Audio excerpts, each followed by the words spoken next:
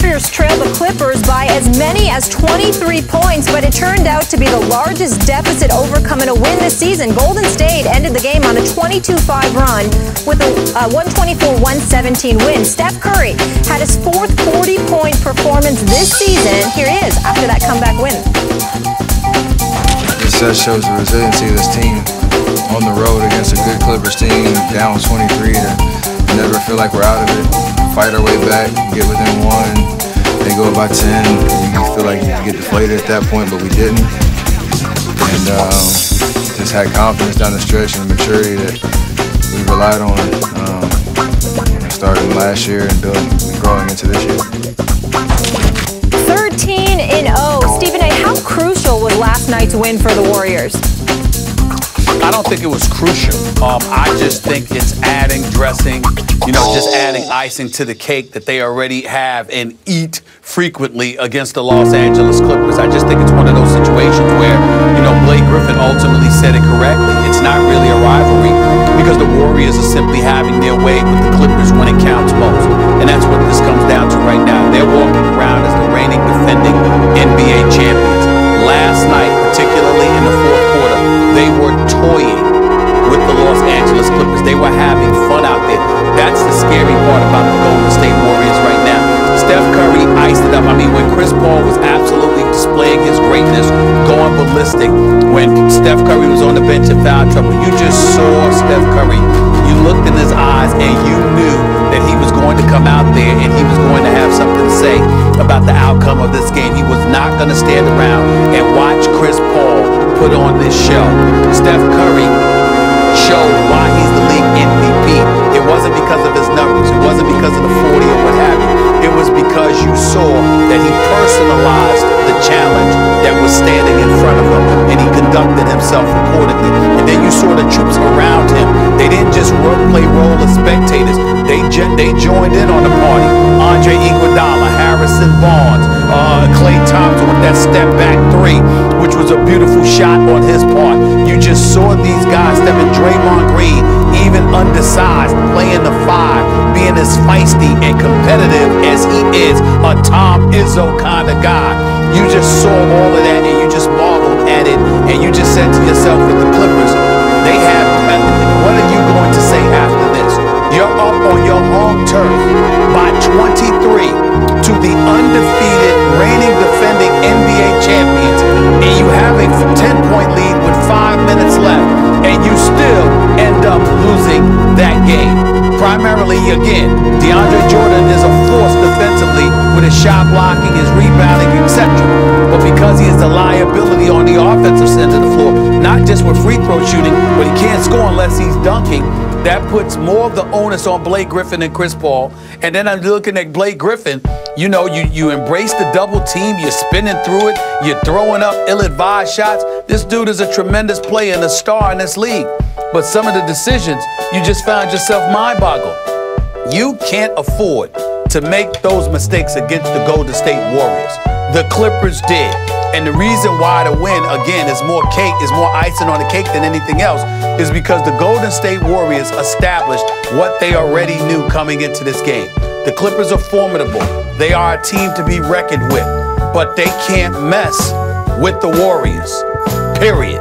And the Warriors showed that in LA at the Staples Center last night. A devastating, demoralizing loss for the Clippers.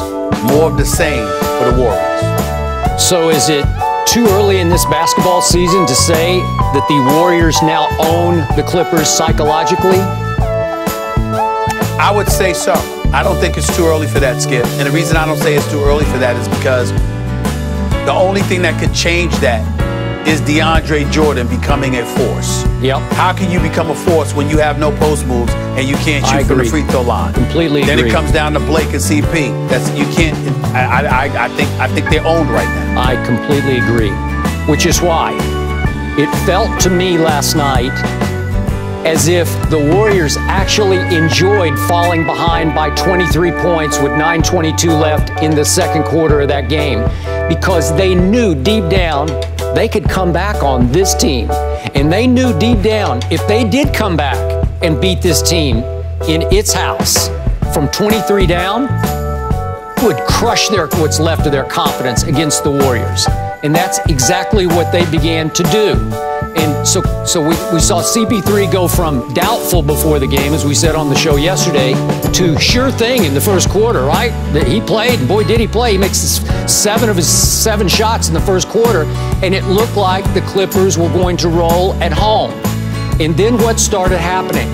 To me, just as Steph Curry is shattering the mold at 6 feet 3 inches, slim, not all that physical, as the best player in the NBA. That little guy is the best player in the NBA. Their little lineup is the best lineup in the NBA, and I've never seen it quite like this, Stephen A., and I think you haven't either. You realize their small ball lineup, when they played, you mentioned Draymond at the 5, and remember, he led the team in assists last night with 9. He is the point center for the small ball lineup. So you got Steph and Clay and Harrison Barnes and Iguodala, and then Draymond as your center. That lineup averages 6 feet 6 inches tall.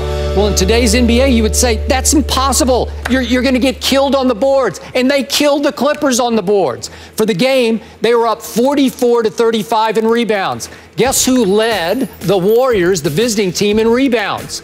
Steph had 11. Steph Curry, little Steph's. Unbelievable. You know, thin little Steph got 11. Obviously he's got to get some loose ball, hustle rebounds, but 44-35 in rebounds. And those 5 guys I talked about in the small ball lineup, they all in plus minus had plus nights. And the 3 Warriors big guys, Bogut, Ezeli, Spates, the 3 big guys, all had minuses in plus minus. So they're way better off when they play their little lineup with their little point guard Steph as the MVP of the league. And he looks like he's well on his way to winning back-to-back MVPs. I've never seen anything quite like that. I'm running out of superlatives here, but this team, when it came crunch time in the fourth quarter, I don't know if you looked at the box, Stephen A., they made 8 of 9 3-point shots in the fourth quarter. It's like, watch this. Right. We got you here. Steph makes 3, and Clay makes a couple, and Iggy makes a couple, and they just shoot you out of your own gym. It's unbelievable what they're doing.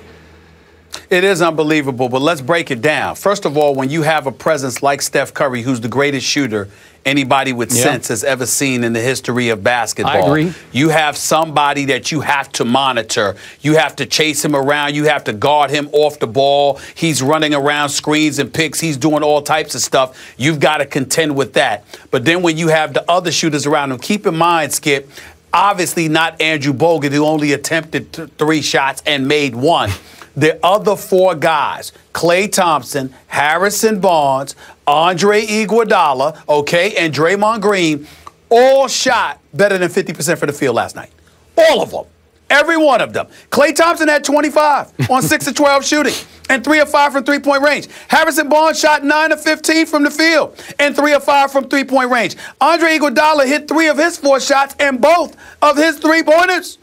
And Draymond Green hit 7 of 9 shots. So this level of marksmanship, now obviously they can shoot a little bit, but what helps is that a lot of their shots are open because of how well Steph Curry balls, not just as a shooter, but as a ball handler. You have to watch him so desperately that he ultimately gets a shot to the open man. And even when Draymond Green or somebody else has an open shot, because all eyes are on Curry, somebody else is open. So when they think that the assists are a little bit deceiving because it ain't that. Look, I can average 10 assists for the Golden State Warriors. Just give it to somebody when you walk past half court and watch them shoot. I mean, it's really that simple with these guys. I mean, they're that good in terms of shooting the basketball.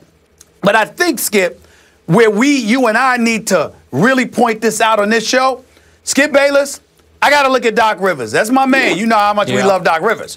But the 19-point lead that you gave up by getting outscored 49-9 in Game 6 of that Western Conference semifinals in L.A. Agree. You come back. You're here in the Staples Center. You got a 23-point lead against the reigning defending NBA champions who are undefeated. And they come back, and they're literally on the court, just giggling as they're torturing you, creeping up on you. They were. And you have no answer. Nope. So Doc Rivers, I hate to say this, Doc Rivers has 1 or 2 choices.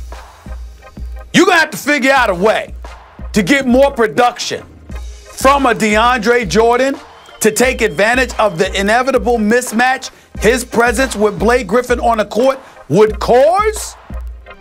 Or you going to have to make a trade and be able to go small to go up against Golden State? Because I'm here to tell you something right now. As presently constructed, the Los Angeles Clippers cannot beat the Golden State Warriors in a 7-game series. You have to you have to be able to go small at some point. So I'm not talking about Doc Rivers, the coach, because all you can do is desire plays, draw plays, motivate these guys, but you can't play for them. But what you can do is you got to get the right personnel, because if you don't, like, look at the last play, Skip. I mean, you know, you got a situation where CP3's on fire, and he's giving up the ball, and then Blake Griffin is holding it for Jamal Crawford to come around, and then some ill-advised shot gets jacked up by somebody. It's like, wait a minute. Who's the hot hand? Who can you create a shot for? We know Golden State can do it. The Clippers can't right now against them. Against everybody else, maybe. Against the Warriors. Clippers ain't winning no title with the Warriors standing in their way. As presently constructed, Doc Rivers might need to make a trade in order to eclipse the Golden State Warriors. All right, since you went there, last quick point about Doc. I've always raved about Doc on this show. I've always put him right there. We both have. With Popovich as one of the top couple of coaches in this league. I've had two basketball, NBA sources I've known for a long time. You know who they are. They're highly respected. And both have mentioned to me in the last week, you sure about Doc? Just like that. You sure about him? Yeah, I think I'm sure, because he beat Popovich last year in the first round of the playoffs. And I was impressed, man. Game 7, Staples, CP3, rose and shone in that game. I give it up. I've been critical of Chris also. But at some point, you're going to have to hold the coach accountable, too, if they continue to fade. They added pieces. They weren't the pieces to beat Golden State, but they added pieces to get better and deeper, obviously, to shore up the second unit. But maybe that's not going to help against Golden State. It's not going to help against Golden State. I mean, Josh Smith, I like Josh Smith. I like Lance Stevenson when he keeps his head on straight. We all know Paul Pierce to be the champion that he is. He was the one that jacked up the shot, driving into the lane off balance, you know, going to the left side of the rim from the right side. I didn't put him in the strongest position. But here's the deal. That's a unit that can supplement your horses. They can't be your horses and beat Golden State. And so when you talk about Doc Rivers, I don't have any questions about Doc Rivers, the coach. Just like I have no questions about his assistants and Sam Cassell and Mike Woodson. Them brothers know what they're talking about. They know basketball. I agree. The problem I have with right now is, if anybody wants to question anything about Doc Rivers, it's Doc Rivers, the GM. You got to find a way to get the right personnel to compete with the Golden State Warriors. They are the champions. They are the standard right now. I don't want to hurt your feelings, Skip. Not the San Antonio Spurs. The Golden State Warriors right now are the standard. It's the direction that the league is going in. Even with your Spurs, as elite as they are, Kawhi Leonard is going to be the key, because, Skip, you're not going to be able to play both LaMarcus Aldridge and Tim Duncan against them and stop them. You're not going to be able to do it. They can score on you, but you will not stop Golden State with those bigs in there. You have to be able to go small. Kawhi Leonard is going to be a key. The Clippers don't have anybody like Kawhi Leonard. They don't have that guy that can score and can be a stopper. And that's your problem. Doc Rivers, the president of basketball operations, the GM, he has got to find a way to be able to go small to beat Golden State, because being large with DeAndre Jordan ain't gonna get it done. The Clippers will be perennial playoff contenders going home before the finals as long as Steph Curry and those boys are in Golden State with this roster, because they can't beat them. Not in a 7-game series. They can't do it. Sorry about this. No, go ahead. My Spurs beat Golden State at Golden State early last year, and they beat them late in San Antonio when Golden State was flying highest. I'm sticking with my Spurs. All right. I hear what you're saying. I'm saying they're the kryptonite. Okay. Speaking of that golden standard and that 13-0 tear, that hasn't happened in over a decade. The last time was 13 years ago. It was the Dallas Mavericks. So, again, just to put in perspective what they're doing. And the Packers were on a ridiculous tear, 6-0, and now they've dropped 3 straight. Lately, that bad man has been just bad, not in a good way. Well, that changed this weekend. The Vikings and Packers duke it